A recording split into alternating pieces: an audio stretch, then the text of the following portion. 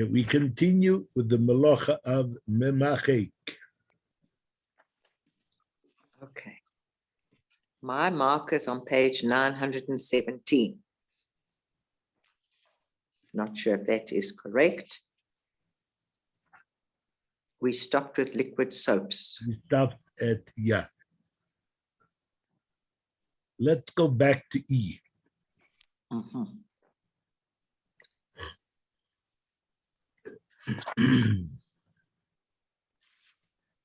Types of consistencies. Who, sorry? Yeah, you mean forward to E, Rabbi, 917. Did we stop before that? Okay, let's do D on page 916. It'll be important for later too. As noted, Eleni. Hi. You're back. You're on the job. Okay. Memareyach, smoothing a pliable surface. As noted earlier, the Melacha of Memareyach includes two primary methods of smoothing, Memareyach and Memareyach. The Melacha is therefore applicable not only to hard or firm surfaces, but to soft and pliable substances as well, such as wax or putty. Examples: one may not press or smooth out putty on a window pane or caulking in a wall joint. One may not separate or scrape off a drop of melted wax that dripped upon a tabletop or the page of a sefer or book, because to do so entails smoothing of the wax.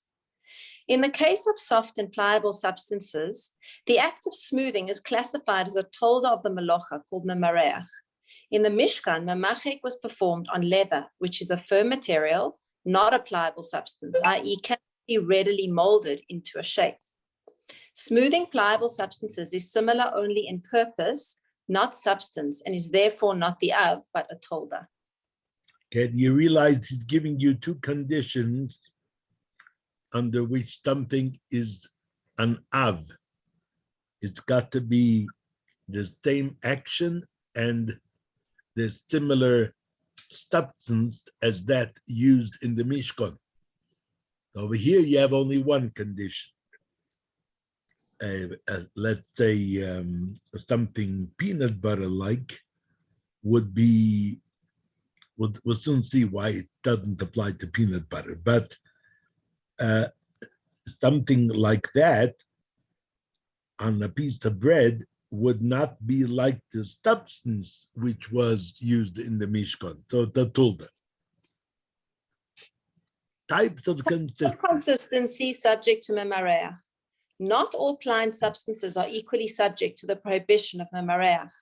Some are included under the Melacha Midoraisa, some are forbidden Midorabonin, and yet others are actually permitted. The halacha depends upon the density and consistency of the particular substance. There are basically three types of consistencies to which Memareyach is pertinent. Pliant solid substances, Midoraisa, dense semi-solids, Midorabonin, viscous fluids, permitted. Pliant solid substances, Memareyach, Midoraisa. Okay, Eleni, I'm going to stop you for a second. I'd like you to look again at that paragraph. You don't have to read it again, but notice these three types, because this is going to be a klal, a rule for many of the actions that are going to follow. So you have that which is forbidden midoraisa, that which is forbidden midrabanon, and that which is not forbidden at all. Okay, got that? Now let's carry on. He'll take them one by one. First, the most pliant solid. Yep. Pliant solid substances, Memareyach, Midoraisa. Substances that possess solid consistencies but are very pliant and moldable, such as wax, tar, or congealed fat, are subject to Memareyach Midoraisa. However, the Melacha Midoraisa applies only to a semi-solid substance of firm consistency that retains its shape and a stable surface, such as wax or putty. Pressing semi-solid substances into a shape or smoothing their surface is Memareyach Midoraisa, because this is a true act of smoothing. If one fashions a meaningful design or sculptures a figure, the malacha of kosev is also violated. And this is important for icing, yeah, on a cake. So if you squeeze out the icing from a tube, now that would not be Memareyach, but it could be cohesive if you write letters or if you make a design, a flower, that would be cohesive. Examples. Pressing beeswax against orthodontic braces. Tearing off a piece of wax from the sheet or strip is machatech or korea or both. So we're not talking about tearing it, it's pre-cut before Shabbos. Now you just want to press it onto the braces so that they won't irritate. And that's forbidden because of Memareyach. Yeah. Pressing or shaping candle wax drippings that are soft. The wax is also muktzah. Melting the bottom of a wax candle to stick it to the holder, example on Yom Tov. See Yom Tov Memareyach. Using chapstick for chapped lips. This may also involve the restriction of medications on Shabbos. Applying solid. Hold on a minute. If it is a kind of chapstick or a gloss or whatever that is used only when you have a skin condition, then using it on Shabbos would involve the Isur of Memareyach. If it's the kind of thing which people habitually use all the time, so during the winter especially, lips get dry, so they just smooth it on periodically, then it would not involve the prohibition of medicine because it's something used by healthy people, and we don't assume that anyone will get desperate to use it. So he won't do any malochas. So what's involved, though, is the memareyach onto the lips. Carry on. Applying solid lipstick. Use of lipstick may also involve tzovea. Using solid deodorant sticks. Polishing shoes with hard polish. Polishing shoes also involves tzovea. Applying solid bar deodorant. However, roll-ons are permitted on one's body. Even hard roll-ons. If it's a ball, then it's not hard. It's a liquid that the yes. ball is applying. But there's We're other talking about deodorants. a stick. Yeah. A stick Yeah, that you're actually blocks. rubbing down when applying it. That would be memakik. Like Mitchum is a hard stick. Mitchum probably makes sprays and roll-ons. So this stick is forbidden because of Memareyach.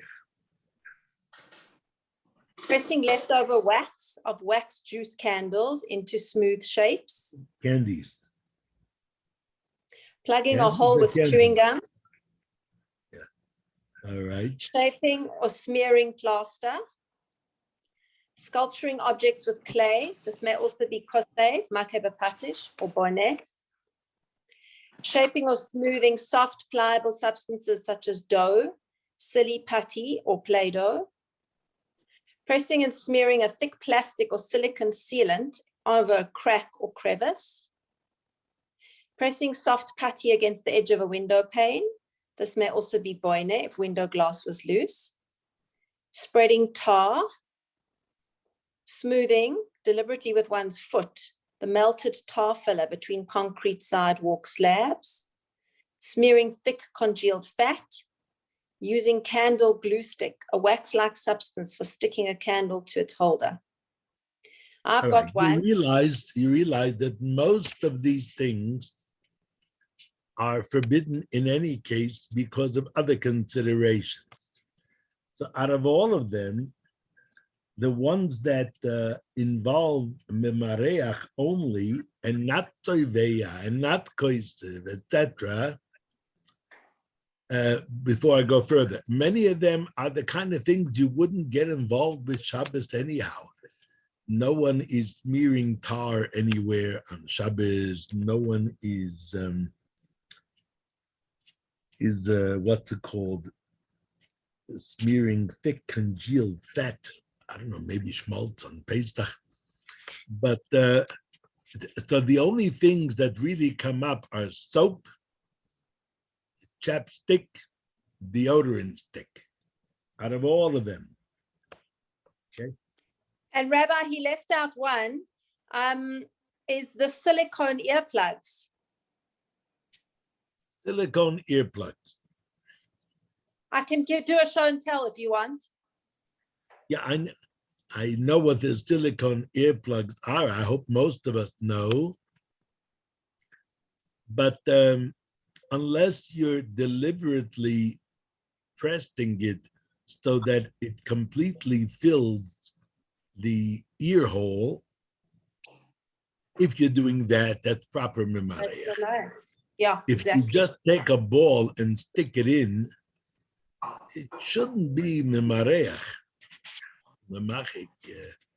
because you have no interest in that smoothing.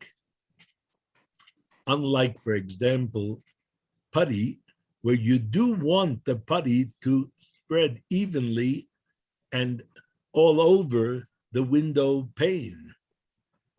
So even if you take a ball and you stick it in and you press it enough so that the base of that ball sticks, so it's going to smoothen and flatten into some form of the base of the ear, even that's okay? You're not interested in that flattening. Well, you are, because then it lodges in. It would be advisable, if you're going to need it on Shabbos, it would be advisable to roll it into a ball that fits without pressing, roll it before Shabbos. But I don't see that, usually people need those silicone earplugs either when they're swimming and they don't want the water to get into their ear, or they're showering, and again, they don't want the ears to get wet. Neither one is common on Shabbos. Okay. Then semi-solids, carry on, please. Memareyach Midurabonin. The Midurabonin category of Memareyach includes any semi-solid substance that has enough density to hold together as a mass. Example, skin creams. Any substance that lacks a firm, stable surface cannot be subject to Memareyach Midoraisa. Smoothing is only possible where there is a surface which can be smoothed and still remain smooth. However, to safeguard the melacha of Memareyach, the sages prohibited smearing any semi-solid substance that has enough density to hold together as a mass. With such substances, there is a perceptible semblance of smoothing when they are smeared, because they retain a surface of their own that could conceivably be improvised to serve as a filler, to seal tiny punctures or cracks, or to simply smooth over surfaces, and do not simply dissolve or become absorbed into the skin or other surface. The sages enacted these restrictions because of the outward appearance of Memareyach, the salve, etc., becoming smoothed, as it were, and the subsequent risk of general confusion about Memareyach. Any semi-solid that is too firm to be poured falls within this rabbinically prohibited category. Accordingly, any kind of thick salve, ointment, or heavy cream may not be smeared on Shabbos. One may therefore not smear these substances on one's skin or other surfaces on Shabbos unless doing so under permissible conditions. Using creams, ointments, and pastes. Creams, salves, ointments, and pastes may not be smeared on Shabbos because these thick substances have considerable density and therefore give the outward appearance of Memareyach when smeared onto a surface. The cream or salve becomes smooth, so to speak, as it is smeared and spread. Examples: facial creams, hand creams, rouge creams, eyeshadow creams, lipstick creams. Use of solid sticks or bars is Memareyach Midoraisa. Petroleum jelly, ointments, skin creams, butter or margarine on chapped lips or skin, smearing or brushing teeth with toothpaste. It is forbidden to smear these substances on one's skin or other surfaces on Shabbos unless doing so under certain permissible conditions. All that is forbidden, either midaraisa or midrabanan. Now we talked about those things which are permissible. Viscous fluids, permissible substances. Loose substances whose consistencies are liquid-like are permitted to be smeared onto a surface or one's skin because the rabbinic restrictions related to Memareyach apply only to substances that have some degree of solidity and with which an act of smoothing is somewhat possible. Pourable fluids lack sufficient density for this purpose. Therefore, rubbing or smearing them is halachically no different from rubbing water on the skin, which needless to say is permitted. For example, liquid hand lotions that are loose and pourable are not included in any restrictions of Memareyach. Smearing the lotion does not resemble Memareyach at all. It is therefore permitted to rub thin hand lotion into one's skin to moisturize the skin and prevent chapping. However, very thick lotions that pour very slowly and tend to remain a smeared film on the skin for a time should preferably be avoided. Some poskim hold that these highly viscous substances are Memareyach midrabanan because they spread and settle on the surface of the skin, thus imitating Memareyach, instead of dissolving into the skin. According to this view, one may also not use liquid soap on Shabbos unless it is diluted into a thin soapy liquid. If one is in doubt, generally speaking, we are not machmir with liquid soap. There are certain soaps which are a combination of soap and hand cream. They are thicker. Remember, I told you how to test it, put it on your hand, hold your hand vertical, and if it runs down, it's mutter. If it doesn't, it's osur. So liquid soap will run. If it's a thickened one because it has moisturizers or hand cream, a certain percentage of hand cream, then it won't run. That's forbidden.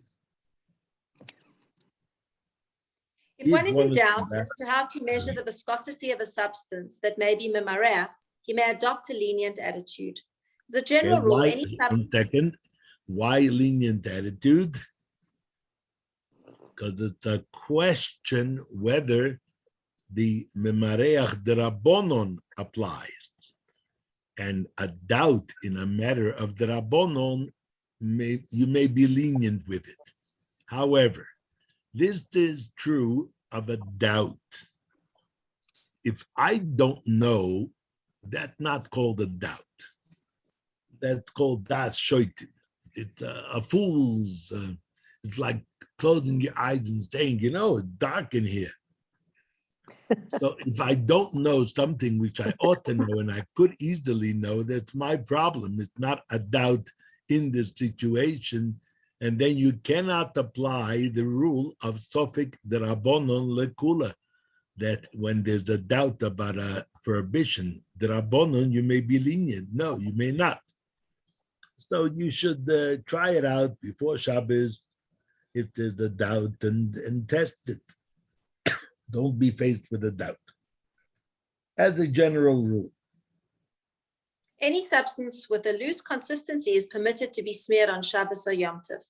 Baby oils, lubricating jellies, liquid soaps, some major poskim permit only if diluted, olive oil. But Rabbi, can I just ask something? Even the baby oils or the olive oil, it's still going to create a surface substance on your skin. It's not going to be fully absorbed. We're not worried about that because of its consistency. Correct. Yeah. And if it is a thick, solid substance, like a paste, like a beeswax that one would use on chapped lips, is it not acceptable to dab it on? Is the consistency the thing that makes it a problem, not the actual smearing? No, it's the smearing, but you're going to look pretty funny with a bunch of dabs on your lips, which you don't smear in. But if you're around the house, you can do that. Just be careful not to press. Okay. Sorry, what about something like coconut oil? Coconut oil in the winter gets a bit solid, but as soon as you put it on your hand, it becomes absolutely liquid. So take it out of wherever it is and put it in a semi-warm place and then apply it. Okay. Thank you. So you can't pick it out solid. Right. However, applying medicated lotion to severely chapped skin for therapeutic purposes is questionable because it is similar to taking medications on Shabbos. A Rav should be consulted. The halacha regarding a small child, however, is more lenient. It is permitted to smear thin lotion or oil over a diaper rash or similar severe skin irritation on a child. Regarding the forbidden use of ointments, refer to B1. Note, when diapering a baby, the lotion should be applied to the baby's skin and then wiped. It should not be absorbed on a tissue or napkin and then wiped onto the child because of sechita. Good. Okay. Rabbi, I have a question, and perhaps Fagi can help me answer it because she gave me the product. It is a lip oil. It is a mint lip oil. It's pourable, and if you put it on your finger, it will drip down, but it's for your lips, so you do dab it on your lips. Can Fagi come in to my assistance and just say if that is correctly explained? She can, but she's not here. Oh, shame. And Oh, you don't is it- need, and you don't need to have her assistance because Yes, if it's pourable, then it's mutter. It's fine. thank you, Rabbi.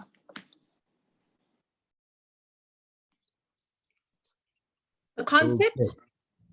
Let's stop. Let's stop here and talk about Yom Tov and cheesecake and other associated issues. Rabbi, I have a question. It's not about cheesecake or Shavuos necessarily, but I encounter it every Shabbos and also on Yom Tov. And that is when we Yeah. go to my daughter's house, they have a pillow that inevitably all the children are playing with, and maybe even older people are playing with, that it has a fabric on the top where you brush it one way, it's a certain darkness and color. You brush it the other way, it's lighter. And so people inevitably play with it and end up drawing pictures in it. It's not permanent in any way, but is it a problem and a shaila for adults, for children? And then in the same vein, there's another scenario that I see happening last Shabbos. A dish of pink salt, Himalayan salt, fell onto the table and people were playing, making patterns, older kids. It's also not a permanent situation, but are both those situations possibly a shaila of writing, and should we avoid it? Or can the kids do it and the adults be careful not to do it? In the case of the cushion,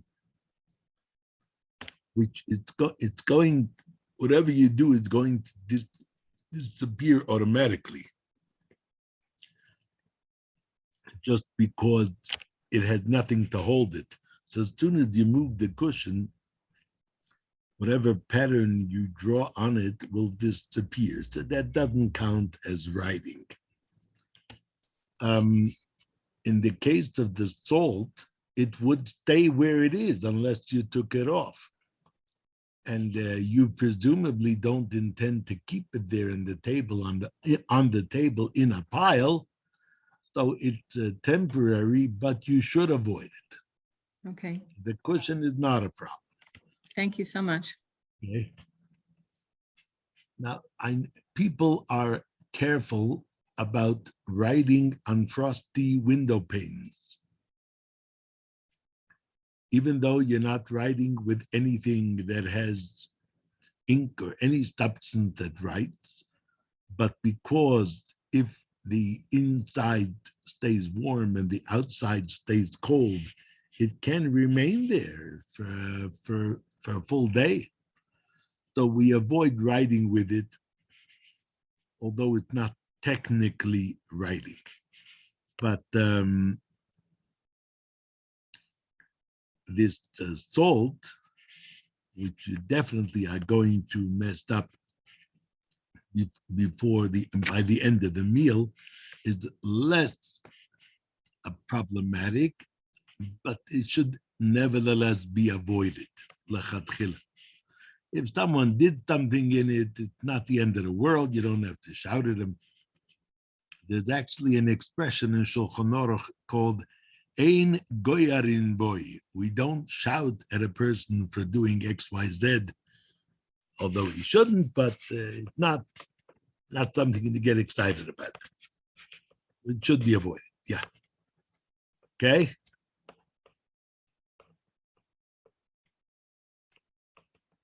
By the way, I don't know if people would use the salt after it poured on the table, especially you could take off the top layer and leave a thin layer on the table, which didn't get dirty. But once you played with it, you're definitely not going to use it. So you're spoiling a food item. So it's Can not you a good remove, idea. So it's not a good idea to do it even on a Wednesday. can you remove it with a brush and pan? It's on the table, it's ugly, it's spoiling the Shabbos table, it's a mess. So what do you think? I think you can. Okay, what might be the problem that made you question? The brush is must be firm enough not to you see that the salt would become absorbed into the bristles of the brush, and then you would have to shake it out. Okay, so you'll shake it So out. I think it's okay. Okay, I'm asking why you're questioning. The only reason you might question is because this salt, if it's not usable, becomes muktzah. Okay. So However, removing things which bother you on the table because not geschmack, that would have the din of the graf shalri'i, which we learned about when learning the laws of muktzah. So by the same token that you can remove chicken bones, which are useless, because it's not pleasant to have them on the table, neither is it pleasant to have this spilled salt. The brush is not an issue, the pen is not an issue. The only thing would be the muktzah, and if it's built in a place where you used like a table and not somewhere on a sink, then you're allowed to remove it. Okay? thank you. Thank you.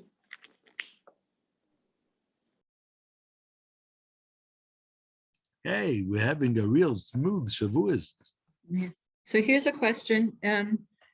Sometimes not everybody is in the same place regarding milchiks and fleishiks on Shavuos. Like somebody wants to eat cheesecake while maybe something fleishik is being served on the other side of the table.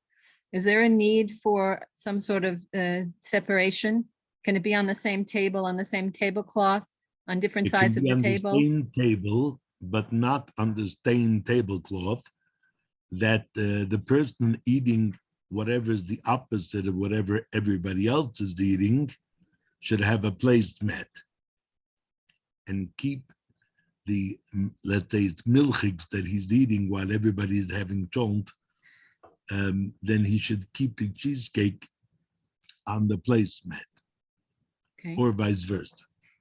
Okay, you have to have a heket, especially when the people around the table know each other and they share food, like family, of course, then they're not careful, not like two people meeting at a picnic table somewhere in a park. So I could have milchiks, and opposite me, someone is having fleishiks, or I could be eating kosher, and opposite me is a goy eating treif. Not a problem, because we never share food. But if it's somebody that you know, that you're familiar with, that you would not hesitate to share with, then yes, it's also, unless there is some recognizable sign. Thank you. And can you explain how careful we must be or not be regarding using the same bread? Like if there's challah on the table, it's parv. And if there are two meals that are going to happen, one milchik, first milchiks, and then after that fleishiks, like how does it work? Do you wash for milchik? Like if you want to wash for milchiks, can you use the same bread? If you haven't actually if it hasn't touched milchiks? Can you use the same bread, or do you have to? It's two things actually. Do you have to bench before you bench and then wash again for fleishik? Good. Yes, and then Okay. do you have to have separate bread that wasn't on the table or something like that? How does it work? Okay, both of the things you asked about are individual simonim chapters in Shulchan Aruch Yoreh Deah in the laws of Bosor B'cholo. So it says two things. We don't have milchiks and fleishiks in the same meal, even if you're at a wedding and it's one of these all-day affairs, start 9 o'clock in the morning and it extends until 6 in the evening. But if it's all part of one meal and the meal is fleishig, you cannot have milchiks for dessert within the same meal. You have to make a separation by saying Birkas Hamazon. So that's point number one. As a matter of fact, the Shalom says that the custom of having milchiks on Shavuos is not about Matan Torah at all. He had a very original idea. You know, on Shavuos, Shavuos is called Chag HaBikurim, not because of the cute fruit baskets that the kinderlach bring to shul. The Bikurim are the first fruits of the wheat crop. You remember from the story of Ruth that she came to Beis Lechem b'yemei tzir chitim, at the time of the wheat harvest. That in Eretz Yisrael is Shavuos time. That's when the wheat crop matures and it is harvested. So the first offering of the wheat crop is brought on Shavuos in the form of two special loaves, shtei halechem. They are uncharacteristically for korbanos and menoches, they are chometz. Normally we don't offer chometz, but on Shavuos we offer the shtei halechem, the two breads, and in commemoration of that offering of the shtei halechem, we make sure to have two separate breads at our Shavuos meal. How do you ensure two separate breads, not two loaves, but two kind of installments of bread? You have a milchik meal. So you wash for milchik, and that's one bread. But then you have to bench. So you're going to bench, and now you're going to have another bread for fleishik. So you've had two breads, and that commemorates the two breads that were offered in the Beis Hamikdash on Shavuos. So the whole idea of the milchiks, according to the Shalom, is the washing on milchik and subsequently washing again for fleishiks, and of course having the benching in between. Now, most people don't actually practice that. I do believe the Yekis are careful, and on Shavuos morning, after Tikkun Leil, they have an early morning meal of milchiks, and later in the afternoon, they have a fleishik meal. So of course, with that kind of a gap, you're going to wash again, it'll be a separate seudah. But otherwise, people are not careful to make their milchik Shavuos foods a meal. And mostly people have the milchiks in commemoration of Matan Torah, when the fleishiks became forbidden, etc., etc. You've heard it. So they're not careful about washing for the two meals separately. But the bread itself, if you did wash, for the one, let's say for milk. And then you benched. And now you're washing again for fleishiks later. The bread itself, or the challah, should not be the challah which was there when you were eating milchiks, because people reach for the bread on the table. Their hand may have residue of milchiks or fleishiks, as the case may be. So we don't use the rest of a challah for the opposite of what it was used for the first time. So what do? You don't cut up the whole challah. You cut up the challah as needed, put it on the table, and if you're eating milchiks, you'll leave that challah for after Yom Tov for French toast.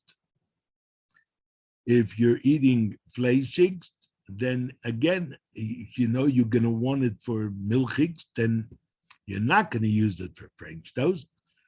You'll use it for, come up with a recipe quick. All right, whatever. But you're not going to use the same loaf. Give it to the beggar. Baguette, what? Give it to the beggar. Give it to the beggar. I see. Okay. Mm.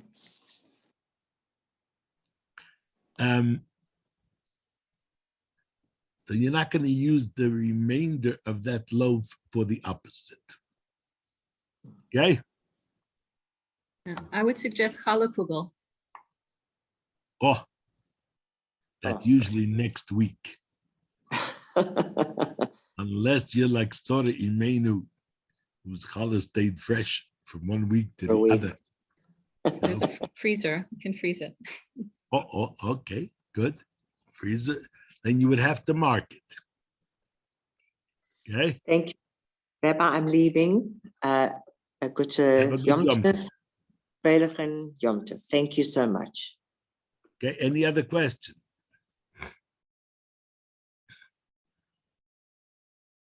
Okay. All of you have a good Yom Tov. May we all Sorry, be... can I ask you a question? Sorry. I ask every year and then I forget. Using the hot tray, a flashik hot tray, if you cover it with the foil, it's clean. You don't, and you cover it with foil 3 times. Can you put your milchik on it? There's no magic formula of 3 times. It is a good idea to double cover it because double with a D, because often from the pressure of a pot, the layer on the hot tray will stick to the hot tray and it'll tear from the pressure of the pot. So then you have your milchik pot on your fleshig hot tray. So it's a good idea to have an extra layer of covering. So even if the pot tears the one layer, the other layer remains. But there is no special formula of 3 times. Yet you may do it, but you should clean the hot tray first. Yes. And make sure that there is no actual residue of fleishiks, and then you can use it. Okay. Thank you so much, Rabbi. A good Yom Tov, everybody. Good Yom Tov. Thank you. Amen. Amen. Amen. Thank you, Rabbi. Good Yom Tov, thank you. Beautiful. Amen. Thank you, Rabbi. Thanks, Rabbi. Good Yom Tov. Yom Tov. Thank you.